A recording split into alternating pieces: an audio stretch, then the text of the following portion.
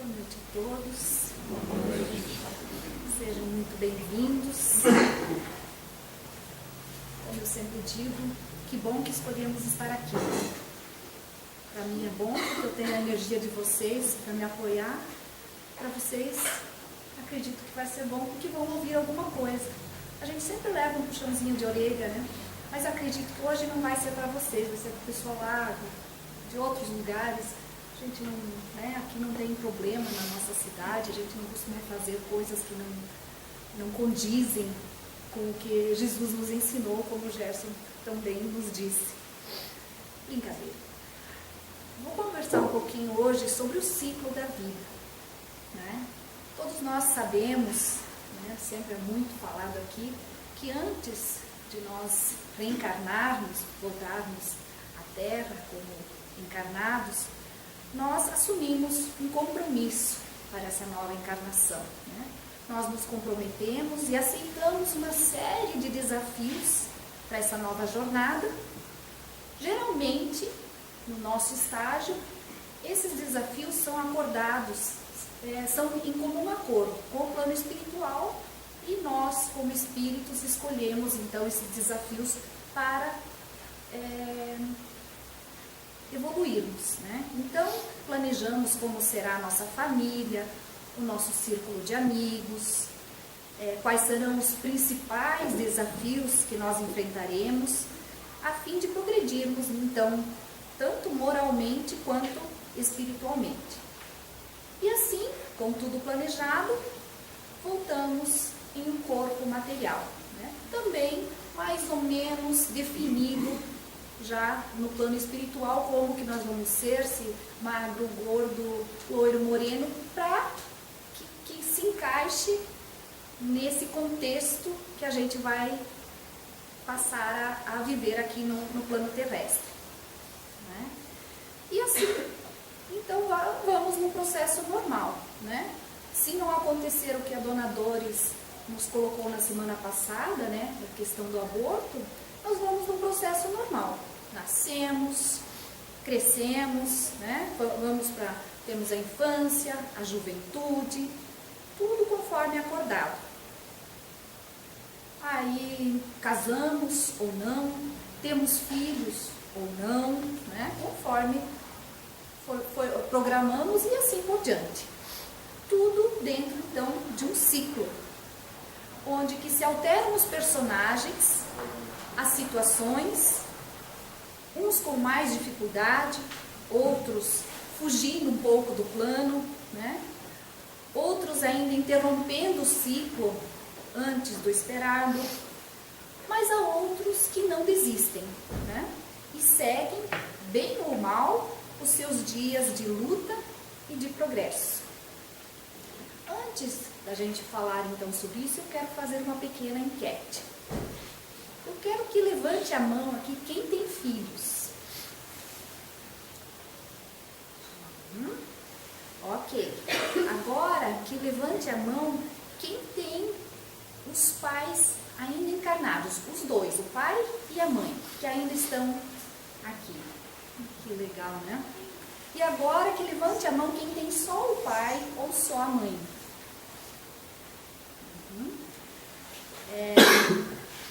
E quem aqui, que levante a mão, quem aqui é filho?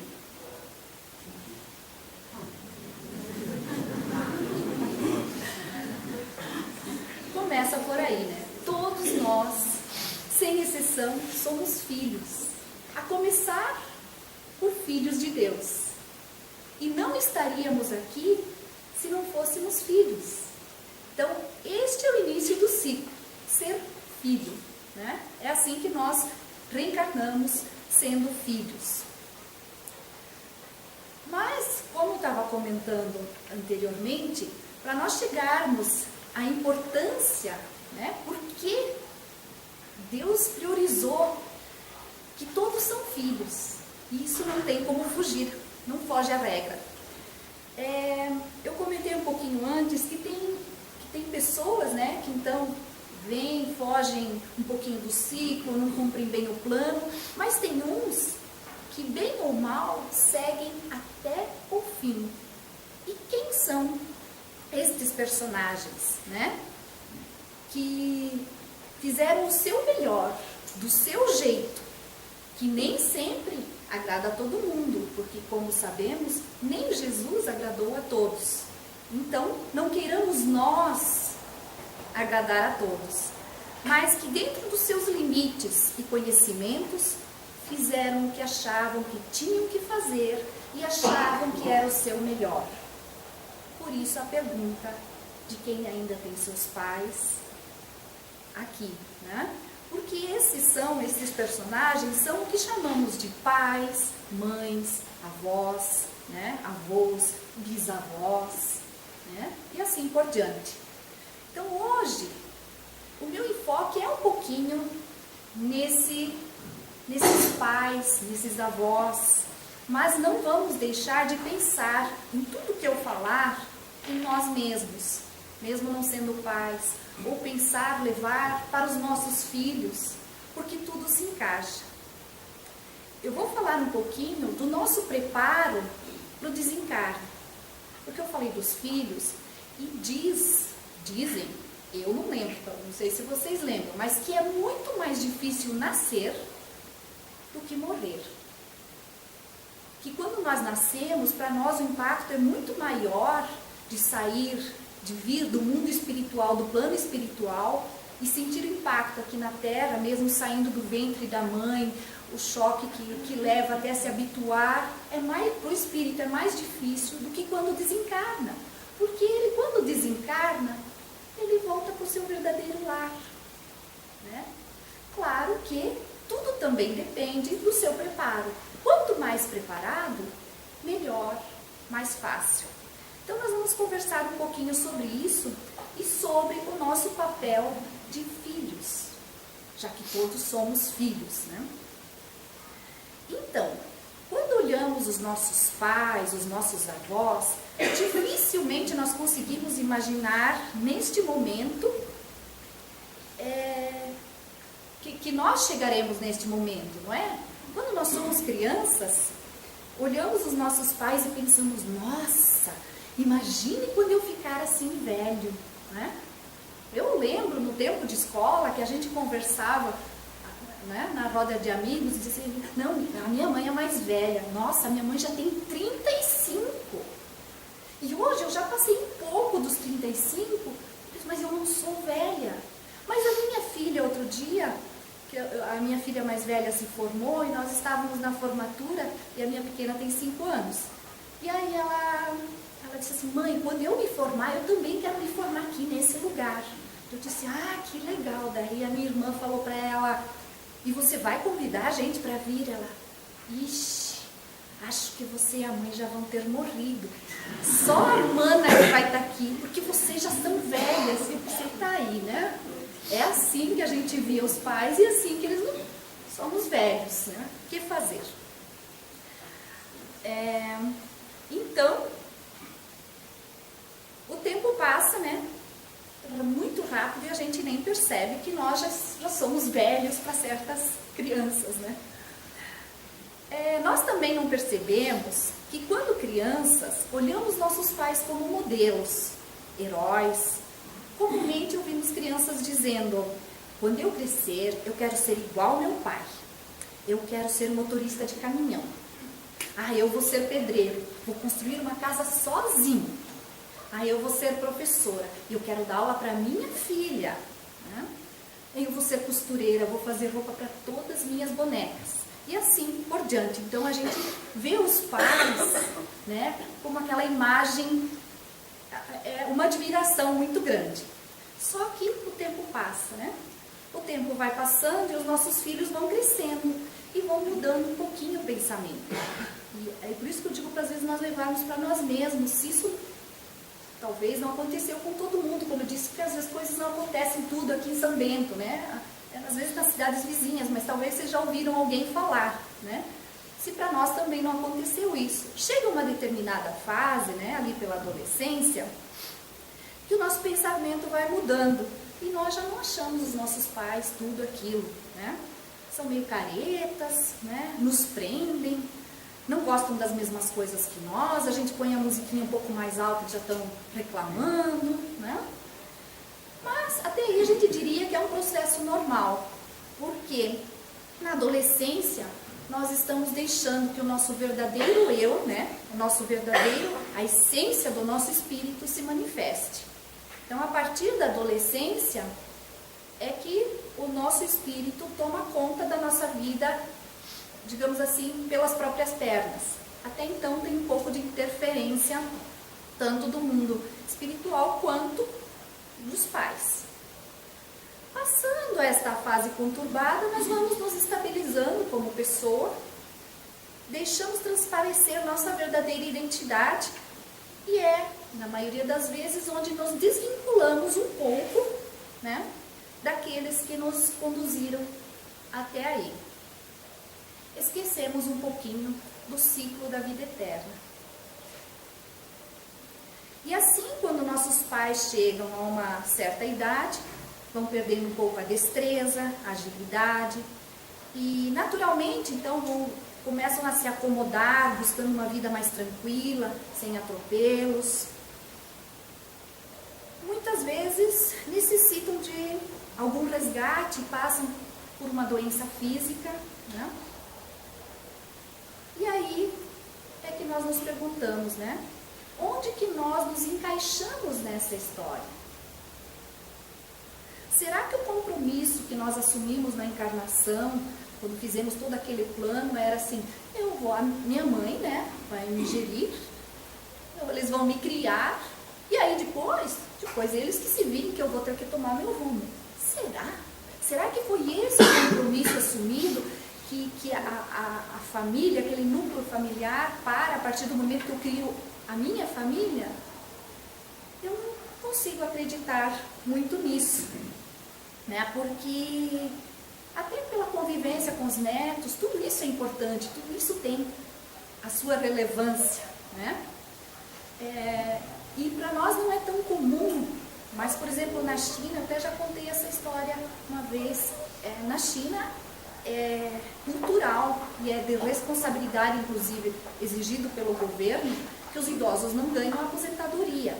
Então, a partir do momento que o filho casa, os pais moram com ele, ou ele mora com os pais e a nora passa a fazer parte da família, né? Hoje isso não é mais tão forte, mas há um tempo, em determinadas regiões, a nora passa a ser como, mais ou menos, não sei se seria o termo, mas uma empregada da sogra. Ela tem que atender às necessidades da sogra. E isso é complicado, a gente sabe como é complicado lidar não só com a sogra, com a família do seu parceiro, né, do seu marido, da sua esposa. Por quê? Porque eles às vezes são a parte que nós temos que trabalhar. O nosso núcleo familiar, né, com a convivência, a gente já vai... E essas pessoas, elas entram nas nossas vidas, às vezes a gente não escolheu bem eles, a gente escolheu só o marido, a esposa, mas vem de brinde, né? Mas enfim, tem uma lenda chinesa que nos diz que então aconteceu isso, né? A moça e o rapaz casaram e ela foi morar com a sogra. E a convivência era muito difícil, ela estava desesperada, não aguentava mais, então ela foi até um sábio e falou que ela não queria mais isso, que se ele poderia arrumar alguma coisa para ela, né, dar um jeito na velhinha, no sentido de que ela desencarnasse, porque conviver com ela não dava mais. E aquele senhor disse assim, sem problemas, você está certa disso? Sim, eu estou certa. Então tá, ele foi lá, buscou lá atrás, veio com um potinho com um pozinho. Disse, ó, isso aqui você vai colocar na comida da sua sogra, todo dia um pouquinho, disfarçado no meio da comida, e com o tempo, né, ela vai desfalecendo e vai acabar morrendo. Ai, mas funciona. E ele disse, só que tem um detalhe. Para que ninguém desconfie de você, até porque, né, o relacionamento já não é bom, a primeira pessoa que vão desconfiar é de você. Você tem que começar a tratá-la muito bem. comece a agradá-la, sirva o café na cama, faça tudo o que ela precisa para se sentir bem e vai levando assim até o desfecho dessa história. Tudo bem. E assim foi. Ela começou a fazer gentilezas para a sogra e com o tempo, o que aconteceu? A sogra começou a retribuir e as duas começaram a se acertar muito bem. E aí ela se tocou do que estava acontecendo, voltou lá para o sábio e disse: por favor, eu não quero que minha sogra morra. Eu gosto muito dela, eu aprendi a amá-la. Ela é uma pessoa boa, nós nos damos muito bem. Por favor, o que eu posso fazer? Eu disse: não se preocupe, está tudo certo. Agora está tudo certo, mas e ela vai morrer? Ah, ela vai, um dia, mas não por causa desse pozinho. Esse pozinho não era nada, não tem efeito nenhum. O veneno estava em sua alma e foi curado. Então, alguém tem que dar o braço a torcer e começar a fazer as gentilezas. A gente sempre espera do outro, né? Mesmo em casa, a gente sempre quer que o outro mude. Por que você faz assim? Por que você é assim, né? E nós não nos perguntamos por que nós fazemos assim. Então, nós temos que curar a nossa alma, né? Começar com pequenas gentilezas.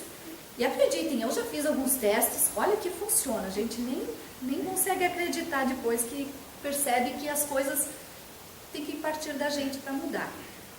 Mas acontece. Então, fugir um pouco do meu roteiro, e é essa a questão, né? Então, que a gente se pergunta qual é o nosso papel quando os nossos pais, então, começam a precisar de nós. Então, temos que acreditar que isso também está no nosso roteiro, na nossa história, né? Até seguindo os ensinamentos que o Evangelho nos traz, né? Que nós não podemos fazer ao outro o que não queremos que nos façam, né? Por quê? Se nós não damos atenção aos nossos pais, não cuidamos deles quando eles precisam, automaticamente é isso que nós estamos levando de ensinamento aos nossos filhos, né? Até tem uma outra história que fala justamente disso, que a mãe do marido, no caso daquela família, faleceu e o pai, o avô da criança, da família, foi morar com eles. E já uma pessoa idosa, então quando eles faziam o jantar, estavam à mesa, o vovô começava a comer e fazia muito barulho, batia a colher no prato e fazia barulho. E isso foi criando uma certa desavença entre o casal. Então, o filho do vovô, né, decidiu entalhar uma colher de pau, de madeira, porque daí abafa um pouco o som, não faria tanto barulho. E levou para o vovô. E o filho, né, o neto desse senhor, observava tudo isso. Mas mesmo assim ainda dava um barulho que não agradava a família. Então eles decidiram arrumar uma mesinha lá no cantinho para o vovô comer ali. E lá foi. Passado algum tempo, um dia, o pai chegou em casa e viu o filho com um pedaço de madeira e batendo e fazendo. Mas meu filho, o que você está fazendo? Papai, eu estou entalhando uma colher de madeira. Afinal, logo você também vai ficar velhinho, né? E vai precisar uma igual ao vovô. Né? Então essa é a ideia, é o ensinamento que nós deixamos. Nós pensamos que ninguém nos observa, que ninguém está vendo as nossas atitudes, né? Mas os nossos filhos estão sempre atentos. Então, que nós possamos fazer aos nossos pais o que nós queremos que os nossos filhos nos façam, né? Que possamos pensar um pouquinho nisso, né? E nós não podemos, a gente esquece muito fácil, né? Que nós hoje, com os nossos filhos, uns mais novos, outros um pouquinho já adultos, mas nós sempre, como pais, principalmente as mães babonas, né?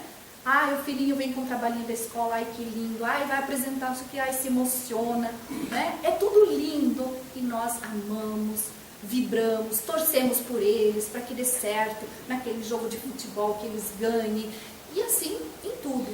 E nós esquecemos que os nossos pais também faziam isso por nós. Eles também vibravam pelas nossas vitórias, pelas nossas conquistas. Aí alguém vai dizer assim, mas não é a mesma coisa. E eu falo por mim, minha mãe e meu pai não me pegavam tanto no colo quanto eu pego a minha filha. Eles tinham 7 filhos. Haja colo, né? Então, é por isso que nós estamos evoluindo. Porque a gente vê a mudança de atitude de uma geração para outra. Vocês conseguem perceber que hoje nós somos muito mais amorosos, mais gentis com as crianças e mesmo já mudamos muito, inclusive, com os nossos pais, do que era no passado. No passado era meio assim, vai lá, você não pega o chinelo, o cinto, né? E hoje a gente tenta conversar, buscar, mostrar as coisas. Então a gente já mudou, sim, mas ainda há muito que evoluir, não é? Enfim, grande número de pessoas tem medo da velhice, né? Que o próprio termo velhice já assusta, tanto que está sendo substituído e usado por terceira idade, né?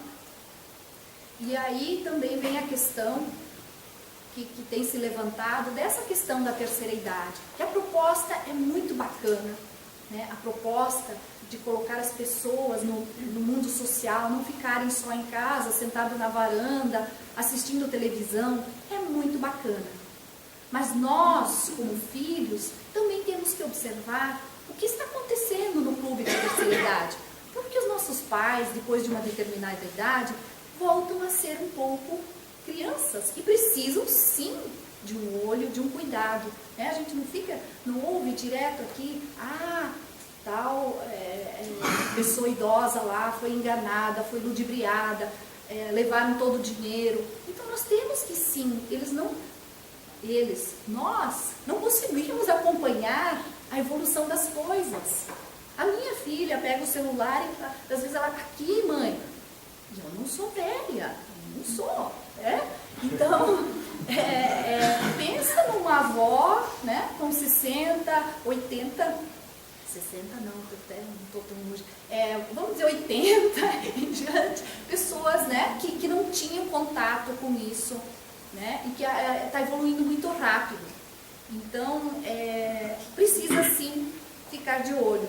E a terceira idade, em determinadas situações, veja, eu não tenho acesso, não conheço, mas a gente sabe que tem idosos que se tornam tão crianças, que voltam a se vestir igual crianças, de mini saia, e entende? Até que ponto está certo, está errado, eu não sei, vai da consciência de cada um e do olhar de cuidado de cada um, né? Para que as coisas não se atropelem, para que não se torne algo que não é saudável, que possa trazer dor e tristeza para aquela pessoa, né?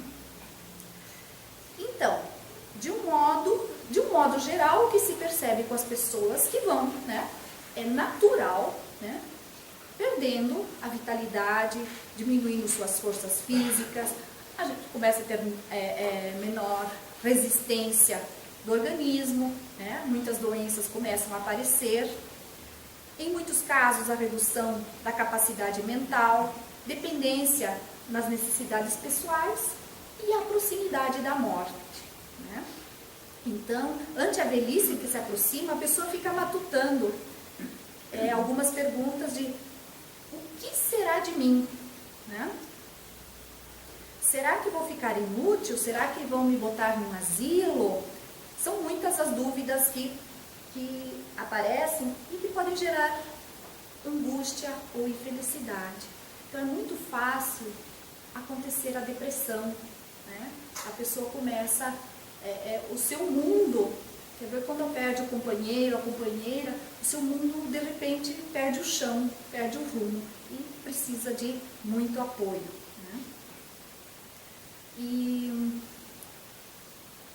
Mas, né, isso depende, né, do que é alimentar da mente. Então, né, ter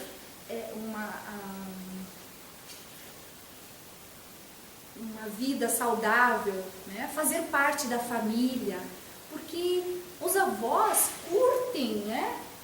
Aquilo que às vezes não conseguiram fazer com os filhos, com os netos.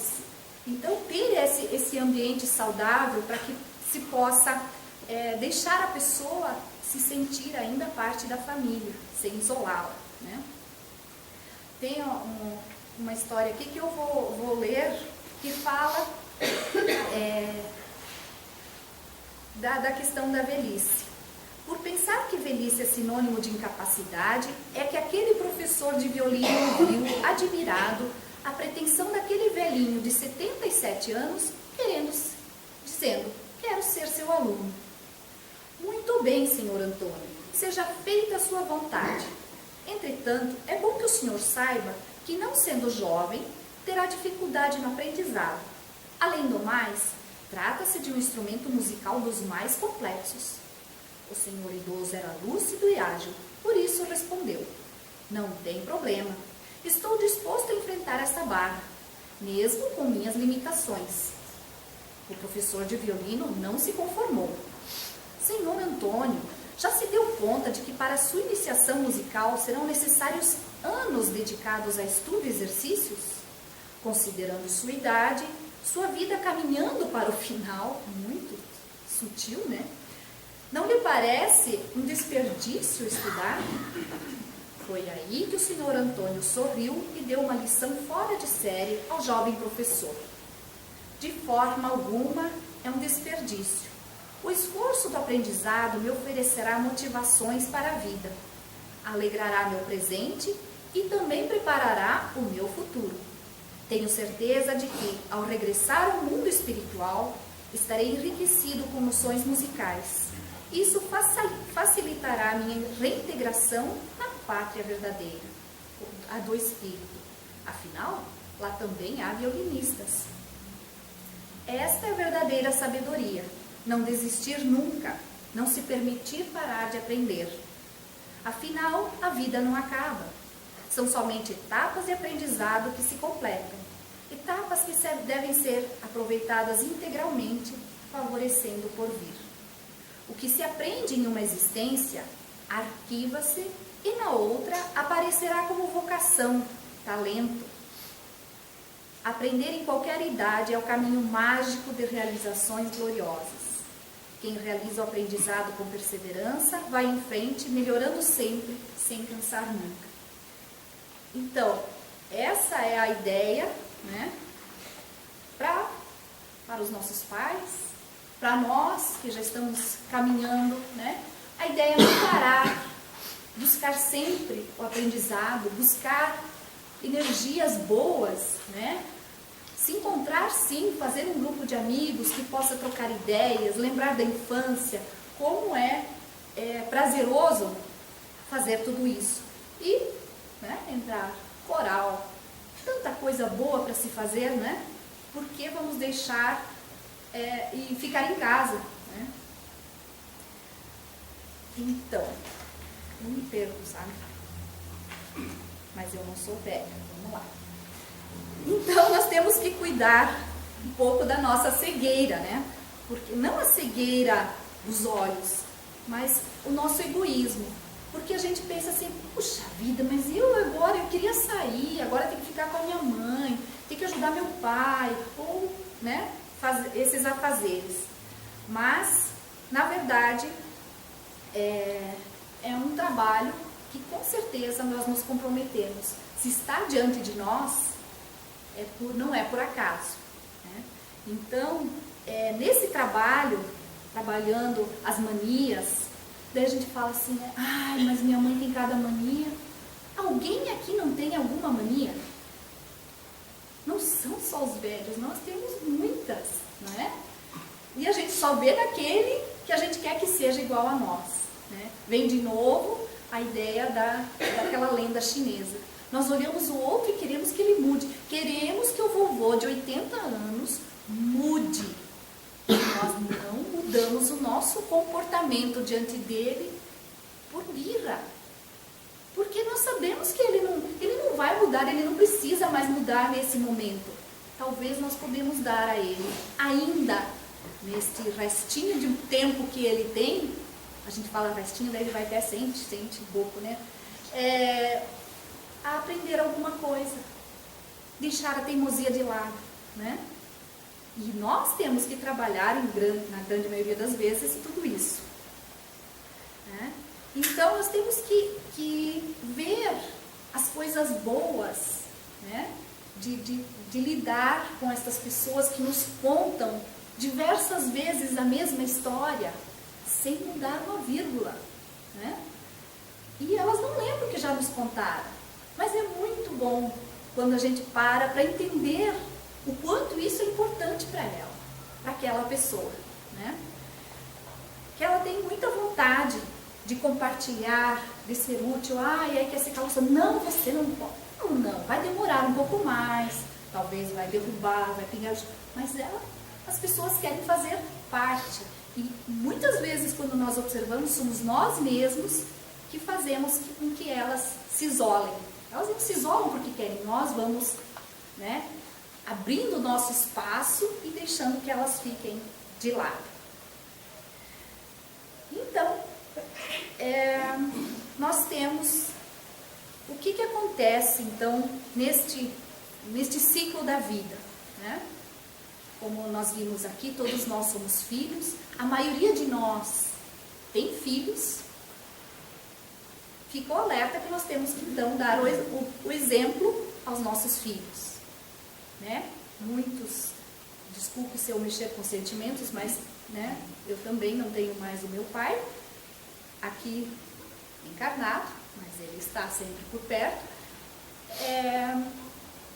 O que acontece nesse momento em que existe em que o momento da nossa jornada, do nosso ciclo, é dividido em que a viagem para mim agora vai por este caminho e a viagem, por exemplo, do meu pai agora segue outro caminho. Ele vai para o plano espiritual e aí eu fico aqui, me contorcendo, me remoendo de angústia, de dor, por coisas que eu não fiz por ele, por coisas que eu deixei de fazer, por coisas que eu quis dizer. Então, nós temos que pensar sobre isso e a gente pensa assim, mas eu não quero pensar sobre a morte. Mas é muito importante. Quanto mais nós pensarmos e lidarmos com isso, mais fácil vai ser. E por isso que eu disse que a gente tem que trazer para o nosso dia a dia, porque isso não serve só para os nossos pais. Porque não acontece como minha filha pensa, que é por idade, né? É com todos. Com aquele amigo querido, com os nossos filhos, né? A gente não sabe o dia de amanhã por uma bênção divina, porque, imaginou, o que nós faríamos se amanhã, é pelo último, hein? A reação seria diferente para cada pessoa. Uns já iam deitar, já iam lá comprar o caixão, o outro já ia entrar em desespero e acabar com a vida física antes, o outro ia se encher de dívidas, o outro ia beber. Não é assim, cada um tem uma cabeça, cada um pensa de uma forma. O fato é que, quanto menos pendências nós deixarmos, mais fácil será. Porque a despedida acaba sendo uma forma de você ficar tranquilo e dizer assim, eu fiz o que eu podia. Não fiz tudo porque eu não conseguia, não fiz tudo porque nem sempre dá, mas dentro das minhas limitações, dentro do que eu espero que seja o certo, eu fiz. E foi uma oportunidade grandiosa, porque a gente aprende sem dúvida. E sem dúvida, né, nós deixamos um bom exemplo para os nossos filhos. Eu falo muito, né? Eu só vou, nada é por acaso, e ontem à noite eu recebi um videozinho. E eu achei que seria bem interessante eu passar. Ele é 3, 4 minutos, só que eu peço desculpas porque ele está em inglês, mas tem legenda. Mas eu só quero deixar para finalizar esta mensagem. Cadê o livro? Não liga.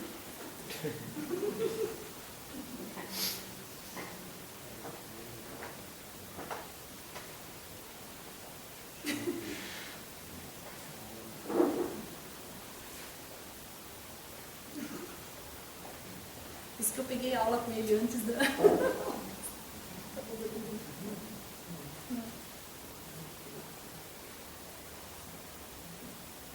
Você não me chama sem o vídeo, mas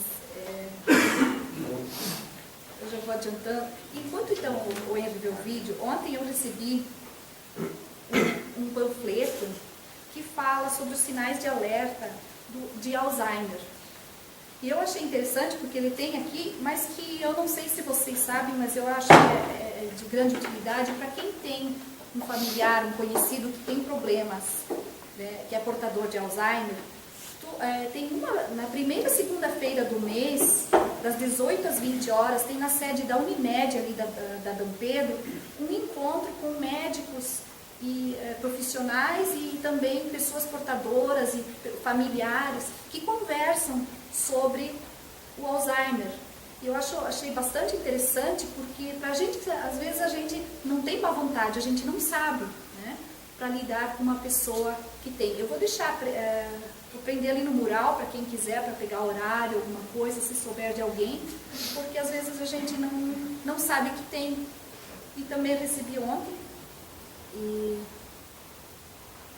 achei interessante comentar.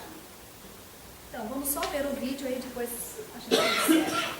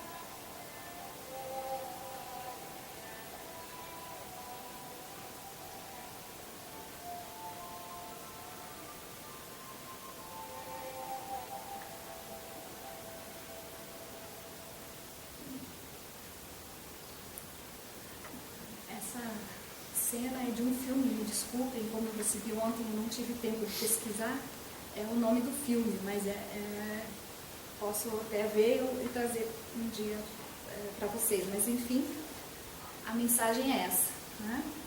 Nós podemos ver, olhar pela janela da nossa vida e nós vamos ver o que nós queremos ver. As coisas boas ou as coisas ruins. Né? Nós é que damos a ênfase para o que vemos. E como diz ali na mensagem final, este Senhor marcou a vida numa cama de hospital de uma forma extraordinária, marcou a vida do companheiro de quarto. Que nós possamos, em pequenos momentos, com poucas coisas, ele não precisou de nada além de sua imaginação, de sua boa vontade, fazer algo de bom pelo nosso próximo, por aqueles que estão próximos de nós, aqueles que nós encontramos, e deixar essa nossa marca de algo de bom que nós não vamos esquecer. Né? Se nós conseguirmos fazer, né, como a mensagem é mais voltada hoje aos idosos, aos nossos pais, que consigamos deixar que eles partam, ou que qualquer pessoa da nossa vida parta, levando algo precioso de nós, a nossa boa vontade, o nosso amor, o nosso carinho. Que Deus nos ilumine hoje e sempre. Obrigada.